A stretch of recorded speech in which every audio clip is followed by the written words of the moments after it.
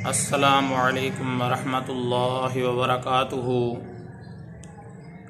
محترم سامعین، آج کے ٹاپک میں ایک شرعی مسئلے کی وضاحت کرنا مقصود ہے۔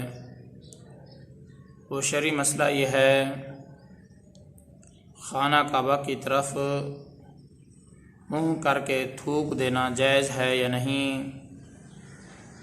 اس بارے شرعی حکم کیا ہے؟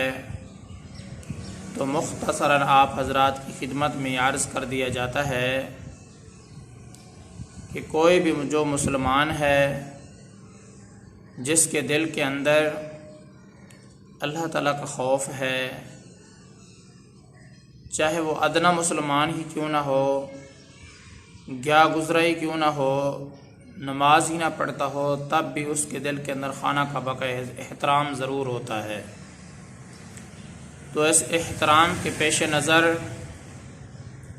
حدیث پاک کے اندر وعیدیں آئی ہیں کہ جو شخص قبلے کی طرف تھوک دیتا ہے تو اس کے بارے میں آپ علیہ الصلوۃ والسلام نے احادیث کے اندر کافی وعیدات سنائی ہیں۔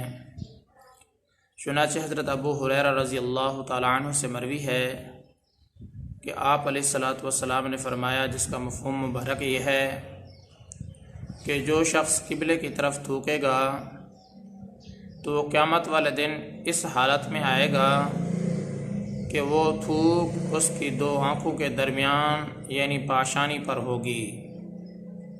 حضرت ابو ہریرہ رضی اللہ تعالیٰ عنہ سے مروی ہے کہ آپ علیہ الصلوۃ والسلام نے فرمایا کہ جس نے قبلے کی جانب تھوکا تو وہ قیامت والے دن اس حالت کے اندر آئے گا کہ وہ جو تھوک ہوگی اس کی دو آنکھوں کے درمیان یعنی پاشانی پر ہوگی۔ اسی طرح یہ روایت حضرت حذیفہ سے بھی ہے۔ حضرت حذیفہ رضی اللہ تعالیٰ عنہ فرماتے ہیں کہ آپ علیہ الصلوۃ والسلام نے فرمایا، جس کا مفہوم مبارک یہ ہے کہ جو شخص قبلے کی طرف تھوکے گا تو وہ قیامت والے دن اس حال میں آئے گا کہ وہ تھوک اس کے منہ پر ہوگی۔ اسی طرح نبی علیہ الصلوۃ والسلام کے دور مبارک میں ایک آدمی امامت کروا رہا تھا، نماز کے دوران ہی اس نے قبلے کی جانب تھوک دیا۔ نبی علیہ الصلوۃ والسلام نے دیکھ لیا تو آپ علیہ الصلوۃ والسلام نے اس کو امامت سے معزول کروا دیا، ختم کر دیا۔ آپ نے فرمایا، جس کا مفہوم مبارک یہ ہے کہ تو نے اللہ اور اللہ کے رسول کو تکلیف پہنچائی ہے، کہ قبلے کی جانب تھوکنا اللہ اور اللہ کے رسول کو تکلیف پہنچانا ہے۔ روایات کے مطابق وہ تھوک انسان کے منہ پر ہوگی قیامت والے دن، جو قبلے کی طرف ہم پھینکیں گے۔ اس لیے فقہاء کرام نے فرمایا ہے، قبلے کے احترام کے پیش نظر، قبلے کے تقدس کے پیش نظر قبلے کی طرف تھوکنا ناجائز ہے، خلاف ادب ہے۔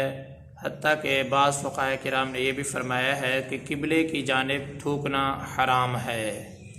محترم سامعین، امید کرتا ہوں کہ آپ کو یہ مسئلہ صحیح طریقے سے سمجھ میں آ گیا ہوگا۔ میں آپ سب کی دعاؤں کا طلبگار ہوں۔ محمد ثناء اللہ فاروق۔